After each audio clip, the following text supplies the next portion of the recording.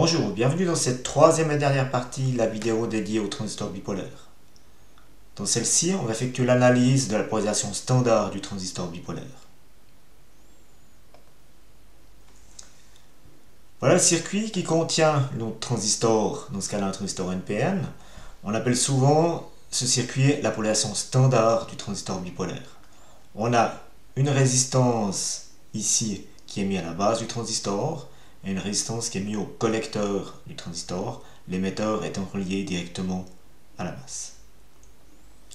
On a une alimentation VBB qui est ici pour fournir l'énergie à la base du transistor, et une alimentation VCC qui est là pour fournir l'énergie au collecteur du transistor.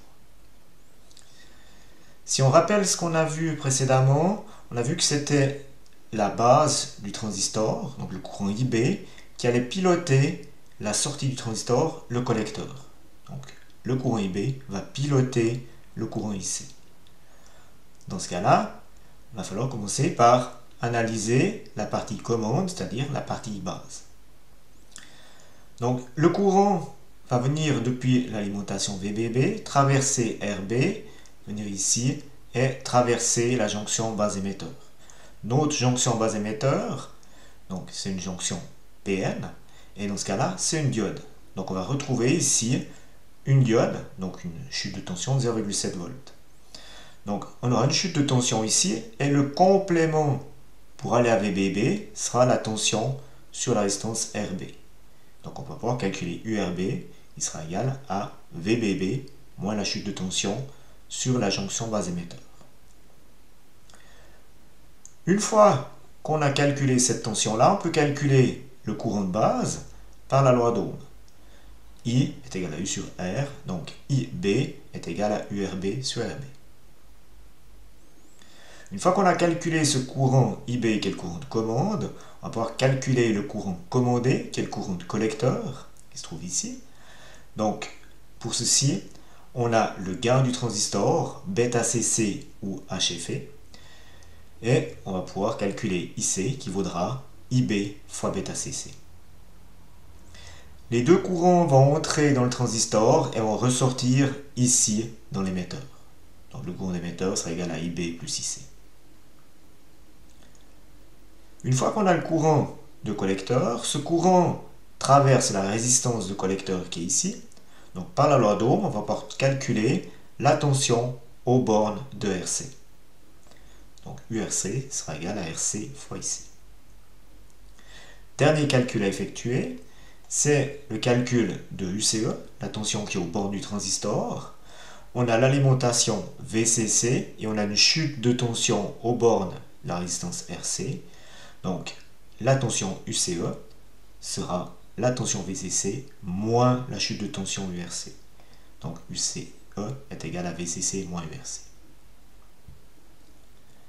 Voilà, donc là on va calculer le point qu'on appelle le point de fonctionnement, le point de repos de notre circuit.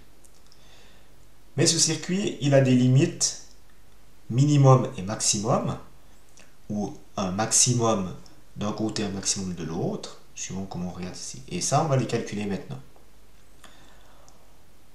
On va avoir deux points. Un point où le transistor conduit parfaitement, et un point à l'opposé où le transistor bloque parfaitement. On va commencer par celui où il est parfaitement conducteur, on l'appelle la saturation. Dans ce cas ici, le transistor va fonctionner en saturation, c'est-à-dire qu'il conduit au maximum. Donc la tension UCE sera minimum.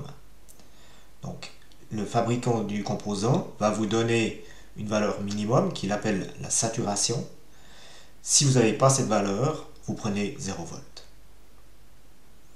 Maintenant, si on a 0 V sur la tension UCE, ça veut dire qu'on aura toute la tension sur RC. Donc on va pouvoir calculer le courant maximum qui sera cette tension URC maximum divisé par RC. Et ça va vous donner votre courant IC maximum ou IC saturation. Et maintenant on a un point, on va se trouver sur l'axe vertical vu qu'on est à 0 V et on va pouvoir placer ici notre courant de saturation, IC max, qui est là. Donc là on a le maximum au niveau du courant, on va pouvoir aussi avoir un maximum du côté tension. Et dans ce cas-là, c'est ce qu'on appelle le blocage. Donc au blocage, le transistor bloque parfaitement, donc on aura un courant IC qui vaudra 0 A. Si on a 0 A sur IC, la tension URC vaudra 0 V. Donc on aura toute la tension sur UCE. Donc on aura VCC qui sera ici. Donc UCE max sera égal à VCC. Et on trouve notre deuxième point, ici, le blocage. Et en fait, on va relier ces deux points par ce qu'on appelle la droite de charge. Et notre circuit va pouvoir se trouver que sur cette droite-là.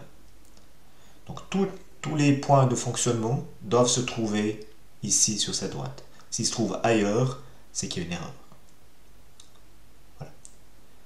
Maintenant, il y a une limite au niveau de cette droite de charge et au niveau du fonctionnement du circuit. Et ça, on l'a vu précédemment lorsqu'on a parlé des limitations liées aux valeurs maximum. Donc si on reprend ce qu'on a dessiné précédemment, on a vu qu'il y avait les limites du IC max, de UCE max et la limite verte qui était définie par la puissance totale dissipée. Et notre droite de charge, elle doit respecter ces limites. Donc elle doit se trouver dans la zone ici blanche, comme c'est le cas ici dans le cas de cette droite de charge. Donc on n'a pas le droit de passer dans les zones interdites qui sont ici. Il y a une exception, c'est la commutation, qu'on verra par la suite. On va terminer cette série de vidéos par un exemple de calcul. On va prendre ce circuit-là, donc avec un transistor qui a un bêta-CC de 100, une alimentation VBB de 5 volts, une alimentation VCC de 12 volts, une résistance de collecteur de 100 atomes et la résistance de base qui vaut 10 kΩ. Donc on va commencer par la partie commande, la partie qui est ici. Donc on a vu que entre base et émetteur, c'est une diode, donc on aura une chute de 0,7 volts. Donc on aura le complément pour aller à 5 qui va se trouver sur RB. Donc URB vaudra 5 moins les 0,7, 4,3 volts. Ces 4,3 volts sur une résistance de 10 K vont nous permettre de calculer le courant IB. Et ce courant IB vaudra 430 microampères. Le transistor, lui, va piloter le courant IC en partant de la valeur de IB et du bêta-CC. Bêta-CC qui est le gain du transistor. Donc, pour autant que ce soit possible, il va prendre le courant IB et le multiplier par 100 et on obtiendra le courant IC. Voilà, donc ici, IC est égal à IB fois bêta-CC, on obtient 43 mA. Ce courant de 43 mA va traverser la résistance RC. Et dans ce cas-là, par la loi d'Ohm, on va pouvoir calculer 5,21 volts. L'alimentation VCC fournit 12 volts. On a 5,21 volts sur la résistance de collecteur. Donc, le complément de 5,21 aller à 12 va se trouver sur le transistor au niveau collecteur-émetteur. Donc UCE sera égal à VCC moins URC, 12 moins 5,21, 6,79. Et on peut calculer le courant d'émetteur qui est ici, qui est en fait la somme du courant de collecteur qui entre ici et du courant de base qui entre là. Voilà, donc on a calculé notre point de repos, IC 43 mA et UCE 6,79 volts. Et on va maintenant calculer la droite de charge. On va reprendre notre circuit et on va calculer, pour commencer, le point de saturation. Donc vu qu'on n'a pas d'indication spéciale, on va partir du fait que UCE minimum vaut 0 volts, donc notre tension UCE saturation. Et on aura les 12 volts sur la résistance de collecteur, ce qui va nous faire un courant de 100 mA. Et on va placer le point ici. À l'opposé, au blocage, on aura le courant IC qui vaudra 0 A et on aura toute la tension VCC sur le transistor, donc sur UCE. Et on va retrouver nos 12 volts. Maintenant, on va tracer la droite de charge.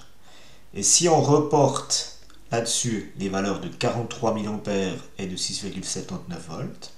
Ici, on voit, il se trouve sur la droite.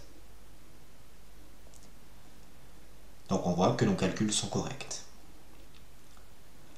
Lors du calcul ici de IC, j'ai dit c'est 43 mA pour autant que ce soit possible, parce que le courant maximum sera de 100 mA. Donc on ne peut pas aller plus haut que ceci. Donc, dans ce cas-là, ici, on est à 43, on est en dessous des 100 mA, c'est possible. Si on avait calculé avec le bêta CC un courant supérieur aux 100 mA, on serait absolument faux. Donc on ne pourrait pas respecter le fonctionnement correct du transistor. Et ça, on le verra par la suite. Voilà, je vous remercie pour votre attention. Je vous souhaite une bonne journée. Au revoir.